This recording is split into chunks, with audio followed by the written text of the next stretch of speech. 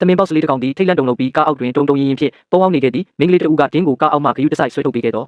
လဲသမင်လေးမှာအလွန်မင်းကြောက်လန့်နေသဖြင့်ခြေလက်များတောင့်တင်းကမျက်လုံးများပြဝင်းနေရှာသည်ဘာမှမတတ်နိုင်သည့်အစုံမိန်းကလေးသည်သမင်လေးကိုအိမ်သို့ခေါ်လာပြီးပြုစုဆောင်ရှောက်ရန်ဆုံးဖြတ်လိုက်ပြီးပတ်ဝန်းကျင်းအစ်တို့ရောက်ရှိလာသောသမင်လေးသည်အခြေအနေမမှန်သလိုခံစားရပြီးမျက်လုံးဝိုင်းသားဖြင့်ဘေးပတ်ဝန်းကျင်ကိုအကဲခတ်နေခဲ့သည်မိန်းကလေးသည်သမင်လေး၏စိုးရိမ်ပူပန်မှုနှင့်မလုံခြုံမှုတို့ကိုရိပ်မိသဖြင့်လင်း၏တုံလုံးနေသောစိတ်ခံစားချက်ကိုနှစ်သိမ့်ပေးရန်ရင်ခွင်ထဲတွင်ကိုယ်ပိုက်ထားလိုက်သည်သို့တော်လည်းသမင်လေးကကျေးဇူးတင်ပုံမပြဘဲထိုစိမ့်သက်သောပတ်ဝန်းကျင်းမရုံထွက်ရန်သာအမြဲစူးစမ်းနေခဲ့သည်သမင်လေးကအလိုက်မသိသဖြင့်မိန်းကလေးသည်သူမခင်မွန်းဤတာဝါတစ်ခုကိုယူဆောင်ကသမင်လေး၏ခန္ဓာကိုယ်ကိုအသားရပုတ်တက်ပေးပြီးဖြောထားသောနှုတ်ရည်များကိုတိုက်ကျွေးခဲ့သည်အလွန်စားလောင်နေရှာသောသမင်လေးသည်နှုတ်ကိုအငမ်းမရတောက်လေတော့သည်ဝလင်အောင်တောက်ပြီးနောက်တွင်မူသမင်လေးသည်တတိထားနေမှုကိုတဖြည်းဖြည်းလျှော့ချလိုက်ပြီးမိန်းကလေး၏ချော့မြူမှုအောက်တွင်နိုင်ကြီးလာကမကြမီပင်မိန်းကလေး၏ရင်ခွင်ထဲ၌အိမ်မောကျသွားခဲ့သည်နောက်တစ်နေ့တွင်သမင်လေး၏အခြေအနေမှာအလွန်စိတ်လက်ပေါ်ပါသွားပြီးရခင်ကလိုအနေမခတ်တော့ပေမင်းကလေး၏နှုတ်ဆက်စကားကိုလည်းမိန်းကလေး၏လက်ပွားကိုရှာဖြင့်ရက်ပေးခြင်းဖြင့်တုတ်ပြန်တက်လာသည်လိမ္မာသောသမင်လေးသည်လည်းတဖြည်းဖြည်းနှင့်အိမ်သူအိမ်သားအလုံး၏အသေးကျော်ဖြစ်လာခဲ့သည်မိသားစုဝင်များဒီရင်း၏အနားတွင်ခဏခဏဝိုင်းအောင်နေတတ်ကြပြီးကလေးငယ်ကလည်းမိမိ၏နှုတ်မုံများကိုသမင်လေးအားမျှဝေတိုက်ကျွေးတတ်သည်ဝလင်အောင်တောက်ပြီးတိုင်းသမင်လေးသည်ရင်း၏ပါဆက်ဖြင့်ကလေးငယ်ကိုကောင်းချင်းတိုက်ကကျေးဇူးတင်ကြောင်းဖော်ပြတတ်သည်အိမ်မလူကြီးသူမများကလည်းနှုတ်တိုက်ယုံတင်မကပဲသမင်လေးနှုတ်တောက်ပြီးတိုင်းအစာချင်းညက်စေရန်ဘိုက်ကိုနှိမ့်ငယ်ပေးတတ်ကြသည်မိန်းကလေးကမူသမင်လေးကိုပို၍ပင်အလိုလိုက်ပြီးနေတိုင်းလက်ဆက်သောတတိမျိုးစုံကျွေးမွေးသည့်အပြင်တားဖြစ်သူ၏မုံများကိုပါခိုးကျွေးတတ်ကြရင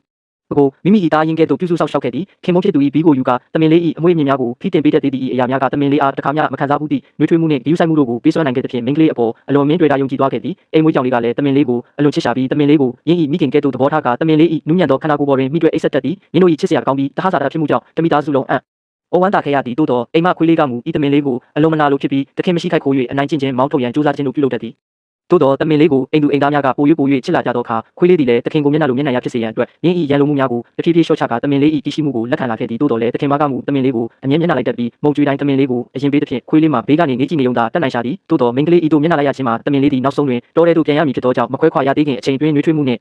မေတ္တာတရားများကိုအဝတ်ပေးခြင်းသောကြောင့်သာဖြစ်သည်နောက်ဆုံးတွင်ခွဲခွာရမည်နေရောက်ရှိလာခဲ့သည်မိန်းကလေး၏မိသားစုသည်ကားဖြင့်သမင်လေးကိုတောဆက်သို့လိုက်ပို့ခဲ့ကြသည်သမင်လေးသည်လမ်းဘေးတွင်ရက်နေရင်အနေငယ်အနေခက်နေဟန်ရှိပြီးနောက်မိန်းကလေး၏အနာတို့ပြေးလာကချက်ချင်းပင်တူးထောက်ချလိုက်ပြီးနင်းသည်ဤနီလန်းဖြင့်မိန်းကလေး၏မိသားစုအားကျေးဇူးတင်ကြောင်းဖော်ပြနေခြင်းဖြစ်သည်မိန်းကလေးသည်အလွန်ပင်စိတ်လှုပ်ရှားသွားပြီးသမင်လေး၏နဖူးကိုတက်ပေးကအပြင်မှနေရတာအဆင်မပြေပါကအချိန်မရွေးပြန်လာခဲ့ရန်ပြောခဲ့သည်သမင်လေးသည်မိန်းကလေး၏စကားကိုနားလေတကယ်တော့ခေါင်းညစ်ပြပြီးနောက်လှည့်ထွက်ကခုံပေါက်ပြီးလောပြောက်ွယ်သွားခဲ့သည်ညင်းတို့ကြားမှဇလန်သည်ဤများဖြင့်ပြီးဆုံးသွားပြီဟုထင်မှတ်ခဲ့ကြတော့လေရက်အနေငယ်ကြားတွင်မိန်းကလေးသည်အိမ်ဝင်းထဲ၌သမင်လေးကိုပြန်တွေ့ခဲ့ရသည်ရင်း၏အနောက်တွင်သမင်မကြီးတစ်ကောင်လည်းပါလာခဲ့သည်သမင်လေးသည်ကွဲကွာနေသောမိခင်နှင့်ပြန်လဲဆုံတော့အေးခဲ့ပြီဖြစ်ကြောင်းနှင့်မိမိနေကောင်းပါကြောင်းမိန်းကလေးအားလာရောက်ပြောပြနေသည်နှင့်ရှိသည်ထို့နောက်တွင်မူမိခင်၏အနောက်သို့လိုက်ပါသွားခဲ့ကြသည်နောက်ပိုင်းရက်များတွင်သမင်လေးသည်ရင်း၏မိခင်ကိုခေါ်ဆောင်ကမိန်းကလေး၏မိသားစုအားခဏခဏလာရောက်ကြည့်ရှုတတ်ပြီးတခါတရံတွင်သမင်အုပ်စုတစ်ခုလုံးကိုပါခေါ်ဆောင်လာတတ်သည်မိန်းကလေးကလည်းအိမ်ရှင်ကောင်းပြီးသားစွာဖြင့်ရင်းတို့အတွက်အစာများကိုကျွေးမွေးတတ်သည်မိန်းကလေး၏အိမ်ရှိတကားဝသည်လည်းအမြဲတမ်းစီကားနေတတ်ပြီးသမင်အုပ်စုနှင့်လူသားတို့ကြားတဟဆာတဖြစ်စွာအတူရှင်တွဲနေထိုင်ရာနှွေးထွေးသောနေရာလေးတစ်ခုဖြစ်လာခဲ့သည်6လက်တုံလုံးနေခြင်းမှသည်မခွဲနိုင်မခွာရဖြစ်ရခြင်းအထိအထီးကျန်စားလောင်နေခြင်းမှသည်မျိုးတူစုနှင့်အတူပျော်ရွှင်စွာပြန်လာနိုင်ခြင်းအထိဤထူးဆန်းသောရည်ဆက်သည်သမင်လေး၏စိတ်တရားကိုကုသပေးခဲ့ရုံနဲ့မကဘဲမိန်းကလေး၏မိသားစုကိုလည်းလူနှင့်တဘာဝတရားကြားမှအစစ်မှန်ဆုံးသောနှွေးထွေးမှုကိုခံစားစေခဲ့သည်ထိုအချိန်မှစ၍အိမ်ရှိဝင်လေးသည်တာမန်အိမ်တကားဝတစ်ခုမဟုတ်တော့ဘဲမေတ္တာတရားနှင့်အဖို့ပြုခြင်းတို့ကိန်းအောင်